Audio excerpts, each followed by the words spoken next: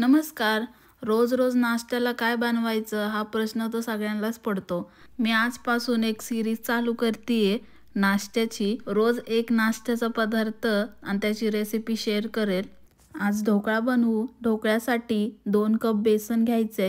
1.5 cup पाण्यात 1 चमचा citric acid टाकायचं, 1 चमचा मीठ टाकायचं आणि 1 चमचा साखर टाकायची. तुमच्याकडं कप चमचे ह्याचं मेजर नसेल तर तुम्ही तुमच्या अंदाजाने एखादी वाटी घेऊ शकता आणि त्या वाटीच्या मापाने बेसन आणि पाणी असं घ्यायचं. आता हे सायट्रिक ॲसिड, मीठ आणि साखरेचं पाणी बेसनमध्ये मिक्स करायचं. थोडं थोडं टाकायचं म्हणजे कन्सिस्टन्सी समजती. आणि चुकून जास्त पाणी पडलंच तर मग थोडंसं बेसन घ्यायचं वरतून. आजकाल सगळ्याच पदार्थांचे प्रीमिक्स भेटायला लागलेत, पण प्रीमिक्समध्ये ती टेस्ट नसती आणि तेवढं क्वांटिटीमध्ये बनत पण नाही. तर हे जर आपण आपल्या मनाने किती पण बेसन टाकून बनवू शकतो. सगळं मिक्स करून झाल्यावर ते रेस्ट करायला ठेवायचं आणि गॅसवरती एक स्टीलचं भांडं, त्यात थोडं पाणी ठेवायचं, स्टँड ठेवायचा आणि झाकण लावून ते उकळू द्यायचं. दुसऱ्या बाजूला ढोकळा बनवून झाल्यानंतर त्याच्यावर जे पाणी टाकायचे गोडवालं, त्यासाठी थोडं पाणी घेऊन त्यात साखर मिक्स करायची. ढोकळा ज्या भांड्यामध्ये आपण बनवायला ठेवणार आहे त्या भांड्याला ग्रीस करायचे तेलाने. आमच्याकडे स्टीलची जास्त भांडी नाही तर आम्ही मसाल्याच्या डब्यातच ढोकळा बनवतो. शेवटी ज्यावेळेस आपण बॅटर भांड्यात टाकणार आहे त्यावेळेस सोडा टाकायचा आहे, अर्धा टीस्पून. म्हणजे जो पण तुमच्याकडे चमचा असेल त्याचा अर्धा टीस्पून टाका सोडा आणि मग मिक्स करायचं आहे. सोडा मिक्स केल्यानंतर ते बॅटर असं फुलतं आणि जे तुमचं भांडं असेल ते 80% भरलं तरी चालतं, कारण ढोकळा काय एवढा फुगत नाही केकसारखा. पूर्ण बॅटर टाकल्यानंतर ते असं टॅप करायचं आहे म्हणजे मधले बबल्स निघून जातात.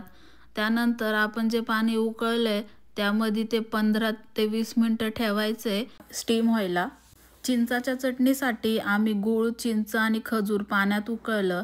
ज्या भांड्यात स्टीम करायला ठेवलं त्यातलं पाणी संपलं तर असं थोडं थोडं टाकायचं. 15 ते 20 मिनिटांनी चेक करायचं. झाला असेल तर बाहेर काढून घ्यायचा आणि त्यामध्ये आपण जे गोड पाणी बनवलेलं ते वरतून स्प्रेड करून द्यायचं. थोडं थोडं करूनच पाणी टाका, कारण पाणी टाकल्यानंतर तो ढोकळा त्या भांड्याला सोडून देतो. म्हणजे असे आपल्याला लाईन्स दिसतात की तो बाहेर निघू शकतो. त्यानंतर सुरीने तो वेगळा करायचा आहे, म्हणजे पलटी केल्यावर तो लगेच निघेल.